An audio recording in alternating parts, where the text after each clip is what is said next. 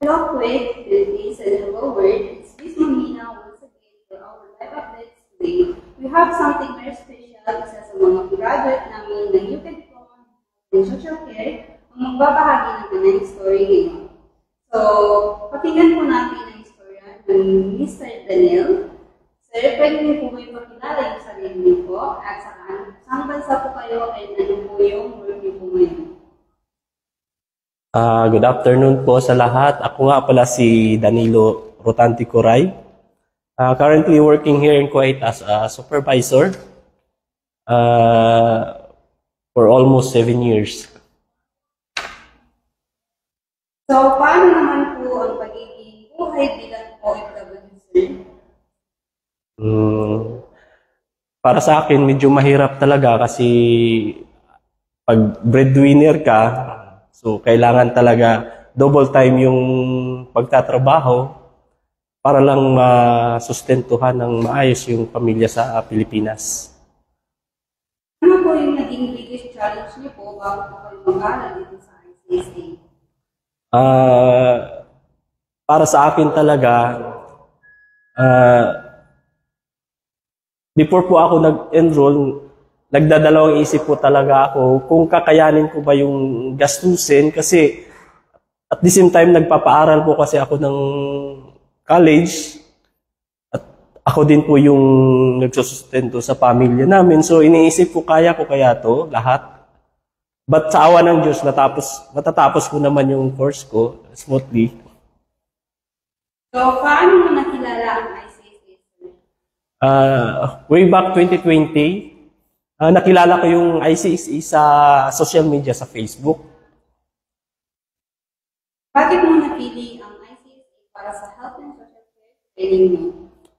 Para sa akin talaga, sa nakita ko kasi sa ICSA, sa dami ng testimonial, sa dami ng proof na mas maganda yung kalidad ng edukasyon dito sa ICSA, kaya napili ko yung ICSA. For my... Ano ang pinaka-helpful na health and social care? Marami po. Isa-isahin ko po. Unang-una, natuto po ako kasi dati talaga wala talaga akong idea about sa course na kinuha ko. Dahil lang po sa inisip ko, job hunting po tayo bilang OFW, so kailangan natin ng mas maraming experience and natututunan. So, ang natututunan ko po dito, gaya ng pagkuha ng tamang vital signs, blood pressure, wound dressing, paano ang tamang paggamit ng crutches at saka cane sa mga elderly patient. Aside from that, yung about sa BSL.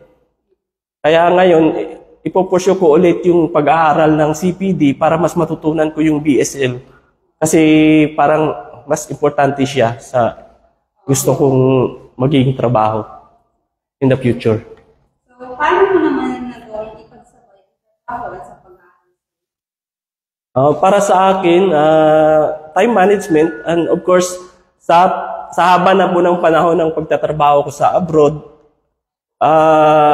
before I manage my time kahit nagtatrabaho ako sa kumpanya ko at sa ibang kumpanya. So para sa akin, hindi na po siya mahirap i-manage ngayon kasi dati nasanay ka ako 3 hours, 4 hours lang yung tulog a day. So ito pa ba na gusto kong gawin? So walang hindi kayang gawin. So, ano po yung memorable experience na gusto mong i-share dito sa ICSA? Ano yung memorable experience mo dito sa ICSA na gusto mong i-share? Para sa akin, napakagandang experience na makapag-aral sa ICSA kasi pwede ko siyang magamit in the future kasi bilang isang job hunter, OFW, naghahanap lagi ng oportunidad sa ibang bansa. So, kailangan natin i-enhance yung mga skills natin. Yes, tama. tayo mag-apply. Yes. So, ano naman po, sir, yung masasabi niyo po sa inyong instructor po? Para sa aking instructor na si Sir Mark Jacos, Sir, maraming salamat kasi ginabayan mo kami hanggang matapos. At salamat dahil ibahagi mo sa amin yung mga natututunan mo na ngayon ay natutunan namin. Thank you talaga. Yes. So, ano naman po yung magiging advice niyo po sa mga aspiring caregivers? Para sa mga nag-uumpisa pa lang at nag-aaral pa lang hanggang ngayon, continue your goals kasi balang araw, magsasucess tayo. Lahat. So, i-recommend niyo ba ang ICSA sa iba at bakit?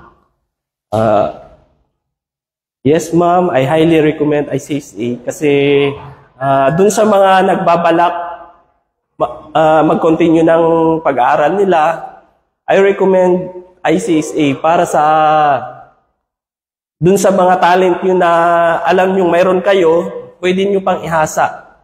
Pwede nyo pang dagdagan kung anong mayroon kayo ngayon through ICSA. Ano ang mensahe mo sa kapwa mong student na patuloy ang pag-aaral ngayon? Classmates, continue lang. Matatapos din tayong lahat at huwag mawala ng pag-asa. Kung kailangan nyo ng masasabihan, ICSA staff is willing to help you and guide you. May message ka ba para sa mga ICSA at student po nila? Ang message ko lang po is sana mag-continue po yung ICSA hanggang sa kaya nila at sa future na mag-i-enroll, wala pong mawawala. Kung pupunta kayo, mag-visit kayo sa aming school, mag-try kayo. Yes, tama po. Yes. Tama po, ma'am. Kasi marami sa atin yung natatakot mag-start kasi sabi, wala akong alam dyan. So, paano mo malalaman na kaya mo ba kung hindi mo siya? So, kailangan talaga mag-first step, no? Yes, ma'am. Tama po talaga yun. So, ayan na, maraming salamat po kay Mr. Daniel for sharing yung inspiring journey with us. Sa lahat ng nanonood, we hope na na-inspiring kayo and maybe kayo na ang next success story namin. Kung excited sa iyong mag-endure or gusto niyong malaman pa ang tungkol sa health and social care course, feel free to contact us on our WhatsApp number at +965. Or you can message me directly on my WhatsApp number at +965-606-614. Visit us at Kuwait City, Maliban Solid Tower, Edward. Don't forget to like, share, and follow us for more updates. Once again, this is Kumina nagsasabing, ICSA is your partner in success. Thank you. Thank you, sir. Thank you, ma'am.